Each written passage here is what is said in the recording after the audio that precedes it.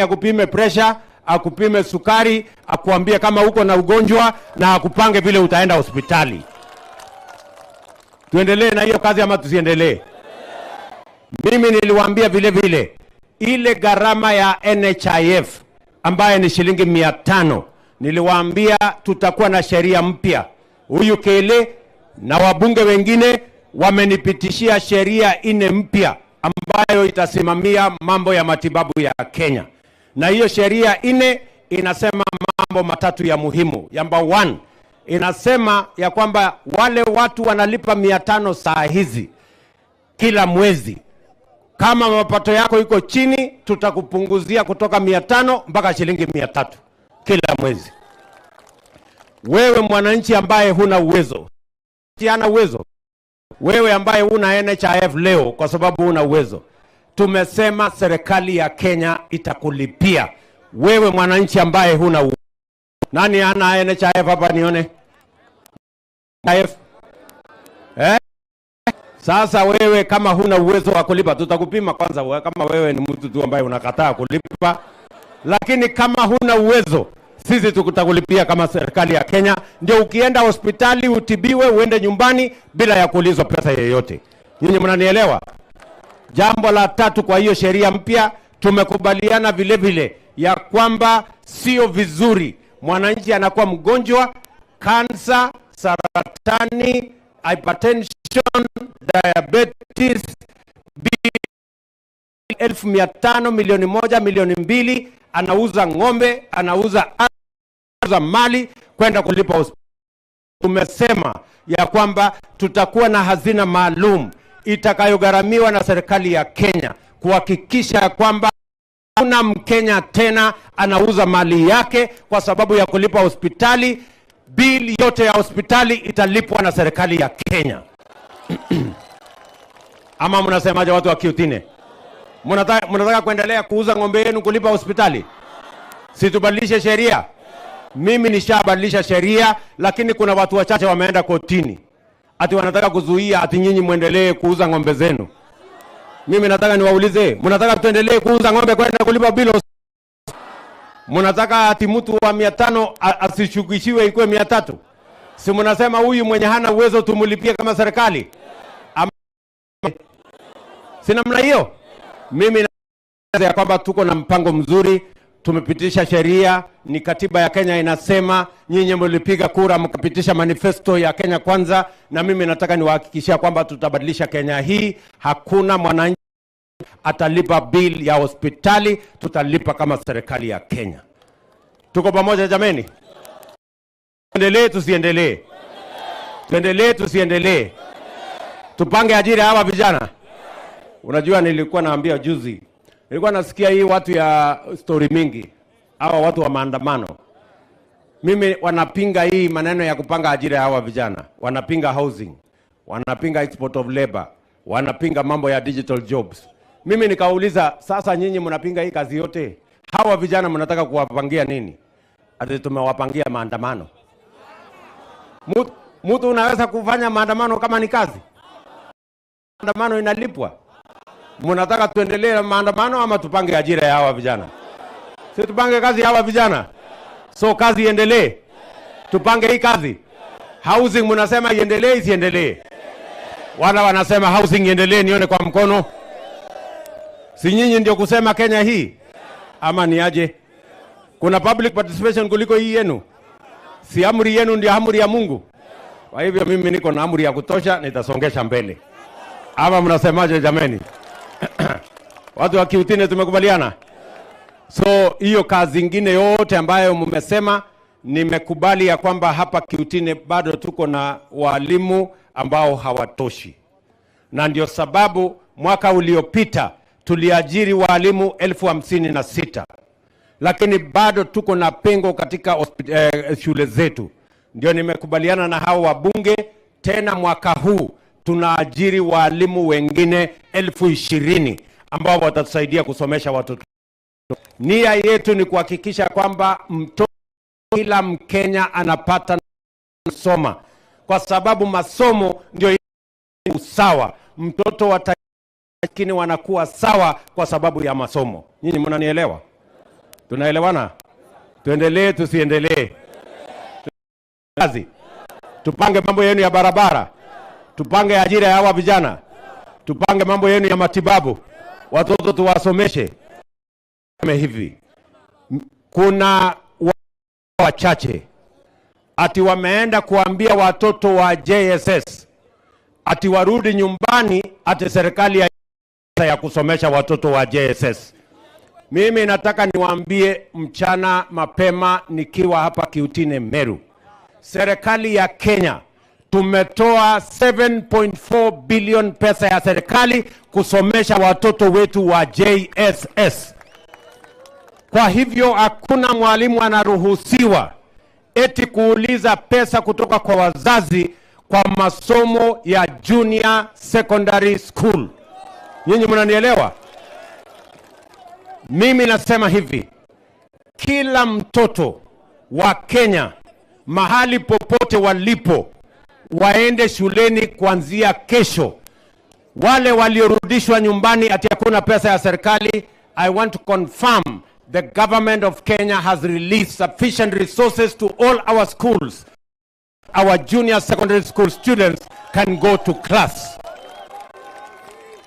Tumekubaliana jameni? Mumesikia mimi wazazi? Kila mzazi mahali alipo Kenya ajue ya kwamba serikali imelipa gharama ya masomo ya watoto wa primary, wa JSS, wa secondary, wa TVET na wa university. Mwaka huu mwezi huu peke yake ya Januari tumetoa pesa bilioni 60 ya kusomesha watoto wa taifa letu la Kenya. Tunaelewana watu wa Kiutine? Tumekubaliana? Tuendelee na kibarua. Sasa huyu Kele mimi nauliza nyinyi. Nyinyi mnamjua mlipitisha huyu Kele mlango ya nyuma? Sasa mimi nauliza nyinyi, huyu Kele afanye na mimi ama aendelee na wale? Afanye na mimi. Awajane na wale. Tufanye pamoja. Ndio tujenge hii barabara. Na tuunganishe stima. Na tupange ajira hawa. Na tujenge kengo hapa. Na tupange watoto wetu wasome. Hebu niole wara anasema Kele. Nyinyi ndio mmemwamurisha afanye kazi na mimi na timu yetu ya Rigiji na hao wengine. Hebu nione tena kwa mkono ndio Kele aone. Sasa Kele, sasa sikia wewe Kele. Hawa unaona hapa, hawa ndio wadosi wetu. Na wakiamua, wameamua na sisi ni kufuata. Si ndio? Tuko pamoja? So wewe Kele, sasa mambo yako iko sawa. Wananchi wametoa amri, wamesema tufanye kazi pamoja ndio dunia iweze kusonga mbele. Si ndio? Kabla ya Kele, si mnajua niko na deputy president ambaye ananisaidia kazi hii. Anaitwa nani? Anaitwa nani? Rigiji. Aya, wasalimie.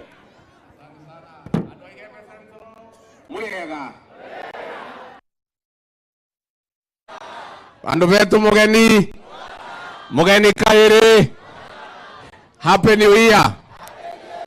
Mumefurahi kuona kiongozi wetu, rais wetu, tunakushukuru. Wewe ulikuja hapa ukiwa naibu wa rais na ulikuwa na matatizo mengi. Ulikuwa umehangaishwa, ulikuwa umeshurutishwa, ulikuwa umefinywa.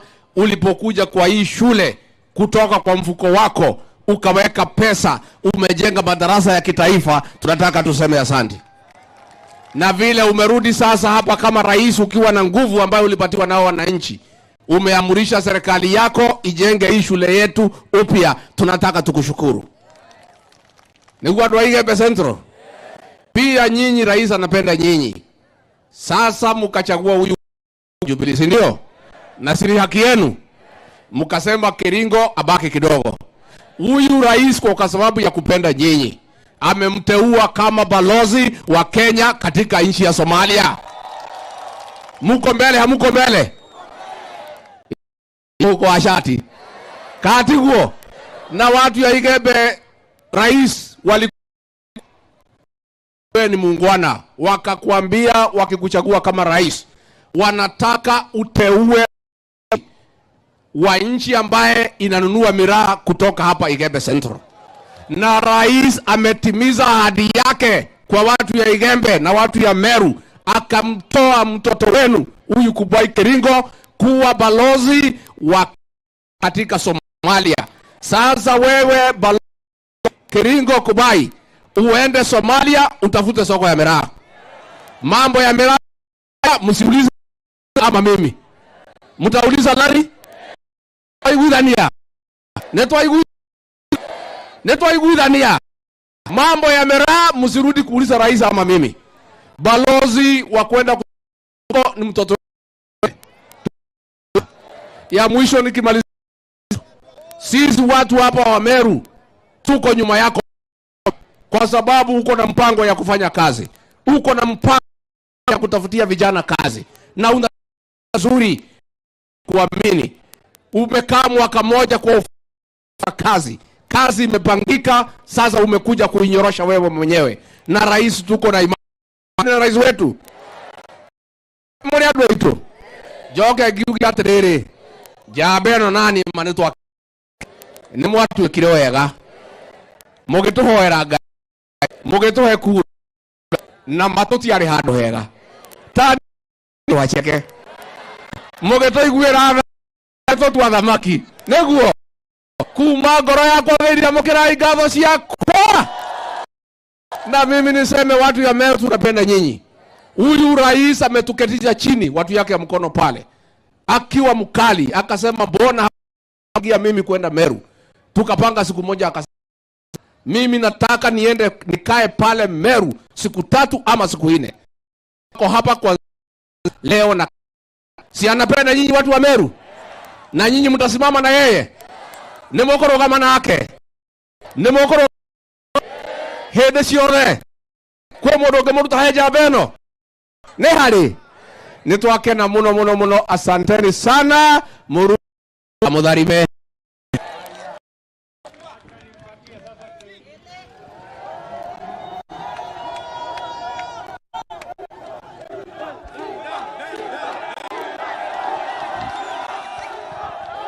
Asante sana Mheshimiwa Rais wa Jamhuri ya Kenya Daktari William Ruto, naibu wetu Bwana Gachagua, ndugu yangu, gavana wetu wa Meru na viongozi wote. Haya. Wananchi, watu wa Igembe Central hoi. Hebu nisalimiane hewani watu wa Igembe Central.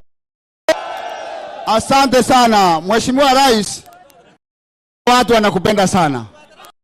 Nilipowaambia unakuja, walisema watatoka wote na watoto na wamama wakuje kukusikiza. Mheshimiwa Rais, unao watu wote wametoka hivi leo kwa ajili ya kukusikiza wewe. Unajua mimi Mheshimiwa Rais, mimi ni asola wa kawaida, na mimi niko na hao watu karibu kila siku. Kwa hivyo hawakuja kwa sababu yangu mimi, kwa sababu niko nao. Wamekuja kwa ajili yako, ndio wakuone na wasikize vile unawaletea maendeleo. Mheshimiwa Rais, nakushukuru sana. Sababu sisi hapa ulitupa waziri, umepita na umeona watu wa hapa wamejitolea kulima, wakachukua fertilizer na wamepanda mbegu. Mimi Mungu mwaka 3 hatutaomba kwa sababu umetupa ya bei na imetupa mbali sana. Tunakushukuru kwa hindi nyuma yako wewe. Mheshimiwa Rais. Mheshimiwa Rais, na sababu nilipokuja nikakwambia habari ya Kore, nimekuambia story siku nyingi na umeniahidi, na najua sasa hii imewekwa katika procurement. Najua hiyo barabara utatuwekea barabara Mheshimiwa, ndio hungo wa mgogo kaunti. Chakula kile kinatoka kule kinaweza kulite na kwa sababu ni kingi, lakini saa nyingine pia kwa shamba tukipata hiyo barabara njanga na pambana na njanga umesolve karibu kaunti. Na asante sana kwa sababu na shukuru. Umewaambia mengi yale utatufanyia na tunajua wewe na kutenda. Mheshimiwa, asante kwa sababu antobage wote na bora ngawangi. Sijatoa shu. Ngetuenda zaidi. Pia vile nimeongea naye. Anajua hapa tunashinda ya wanafiki ambao wanajaribu ardhi yetu. Kuna shule iko hapa 28 wamepora eka 20 lakini watu wakapelekwa, anapigania haki ya shule isiende. Mheshimiwa Rais na najua umemhakikishia hao watu hakuna yule atafungwa na watapata haki. Vile Mheshimiwa Rais, tuliongea nikakwambia hapa tuko na ardhi kubwa sana yenye ifanyiki chochote. Na umeniambia hapa utatupa institute inaitwa Kaluro ya kufanya utafiti kuhusu mimeo, ndio tuweze kufanya utafiti hapa ya mimea na wanyama, ndio ardhi yetu itumike vilivyo kulisha nchi nzima. Mheshimiwa Rais, ukubali kutufanyia. Nasema unatupatia tujenge sub county sana. Hilo umetufanyia uweze kuhudumiwa hapa kwa sababu hawa watu miaka mingi sana ambia kwenda mpaka kutafuta huduma ya serikali. Saa hii utatupatia msaada na tutaweza kama wananchi. Mheshimiwa Rais, mimi nilikuwa kula kwa masufuria kwa, lakini mimi na nikaona nikiweka sufuria kwa kichwa ile kitu inashibisha watu wetu ni kuingia kufanya kazi. Kwa mimi nafanya kazi na wewe, nitaendelea. Wewe ni mtu mzuri. Mtu mzuri tena sana. Nakushukuru sana hata kwa kunikaribisha. Weta nyumba teto ile noga wanakanyo akalande. Noga wakinyata andaka kurara. Yote mando mwera ndipo loi. Sasa sawa? Wangapi wana support rais wetu na kumuonyesha kwa mkono kwamba mnampenda? Mheshimiwa Rais, asante sana kwa kunipa nafasi hii. Ila kuna ndugu yangu hapa ambaye ni ndugu yangu ya hapa, ambaye ni deputy governor hapa, asalimie tu Mheshimiwa Rais, watu wamuone.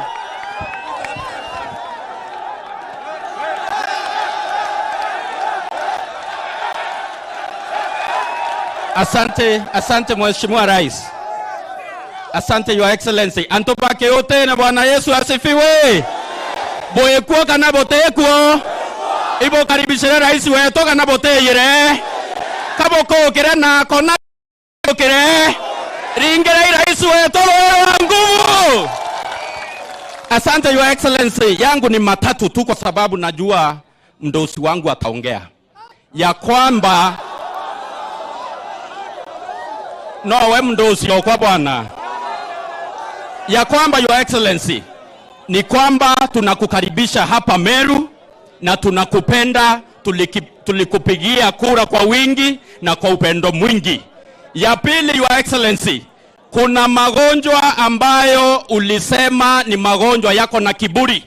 Mojawapo ya magonjwa ambayo yamehangaisha wa Meru County, Your Excellency, it's so frustrating kuripoti ya kwamba Kenya nzima magonjwa ya saratani, magonjwa ya kansa ni Meru County yako, na specifically Igembe ndio magonjwa ya saratani yako. Your Excellency, moja, tunaomba utupe Cancer Research Center, tunaomba katika region ya Igembe.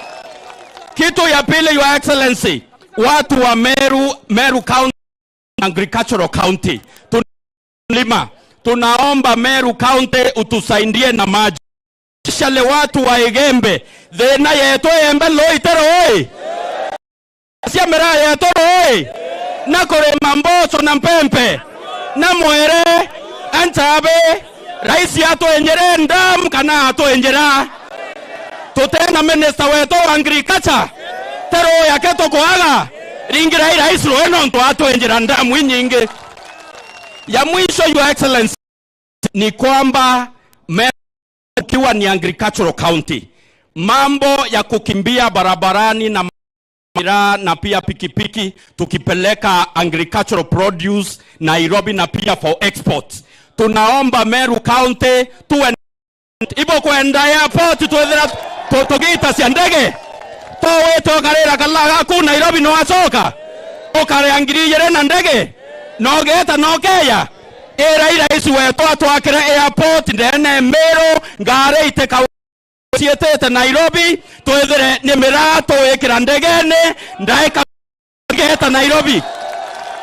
Sini sawa sawa. Asante, Mungu awabariki sana.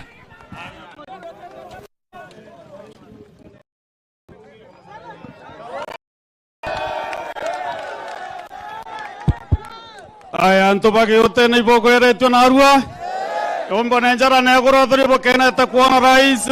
Asante sana. Rais, mimi nakushukuru sana kwa kufika hapa leo siku ya pili Meru.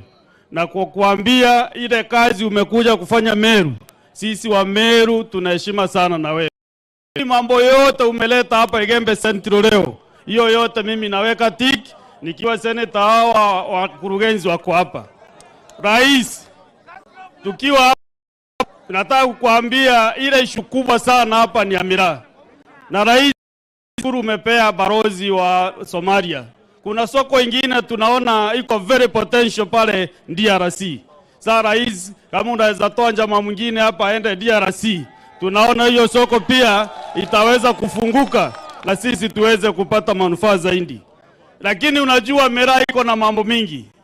Rais, ukiachilia uko bai peke yake kwa mambo ya Mera itakuwa ngumu, na kuambia rais. Lazima ushike mkono. Sababu wala rais wako pale, wewe ni rais kabisa kumpigia simu na anatufungulia soko. Sababu uko bai, hata mimi naona kama niko juu yake kidogo. Kwa hivyo ukipiga yeye jeki ataweza kutusaidia kwa miraa huko, sababu saa hii hakuna Meru hata moja anapeleka miraa huko Somalia. Kwa hivyo sisi tunalima, lakini bei yetu tunapewa kidogo hapa kwa mashinani. Lakini kuna matajiri wengi ambao wako Nairobi na Somalia, wale wanakula njasho ya watu wa Meru. Kwa hivyo tukiwa hapa tunaomba hii miraa kutoka hapa, na waziri nashukuru sababu ametengeneza regulations za miraa. Mkono Bwana Linturi ndio tuweze kuhakikisha hii miraa imepewa heshima yake. Kwa hivyo ukinyorosha hiyo regulations tumepitisha Senate Assembly, hii miraa mbele zaidi. Kuna kitu sema, lakini tu kuna kijana ambaye alikuwa hapa anaitwa Sniper na bando hajazikwa. Kwa hivyo rais, tunaomba sababu wewe ni kiongozi wetu sote, tafadhali huyo kijana aweze kupata justice, ndio tujue yule kijana kwake ni kilomita kama 4 kutoka hapa rais. Kwa hivyo tunaomba ombe DCI ndio aweze kurekebisha hiyo maneno, huyo kijana aweze kupumzika. Asante sana rais, tunakushukuru sana. Asante.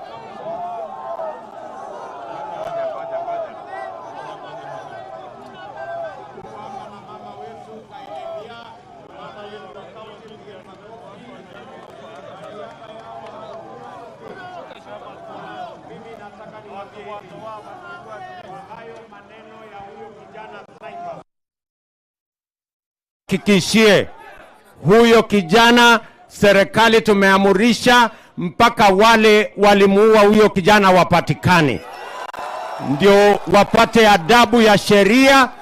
Mambo ya wananchi kupoteza maisha yao haiwezi kuendelea katika taifa letu la Kenya. Tumekubaliana?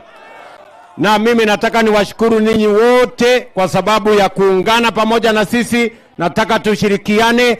Wacha sasa nimpatie gavana wetu, Gavana Kawira Mwangaza, awasalimie. Ngoja.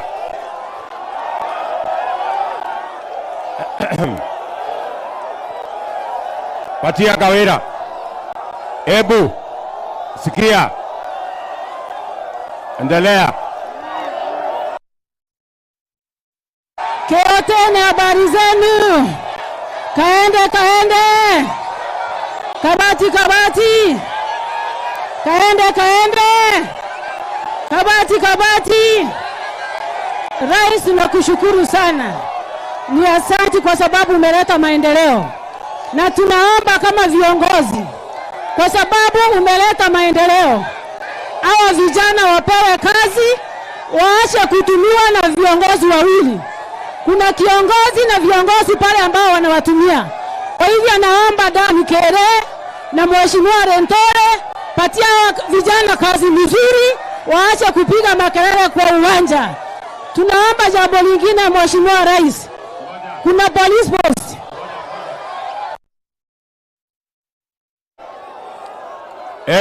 Ebu tusikizane. Vijana,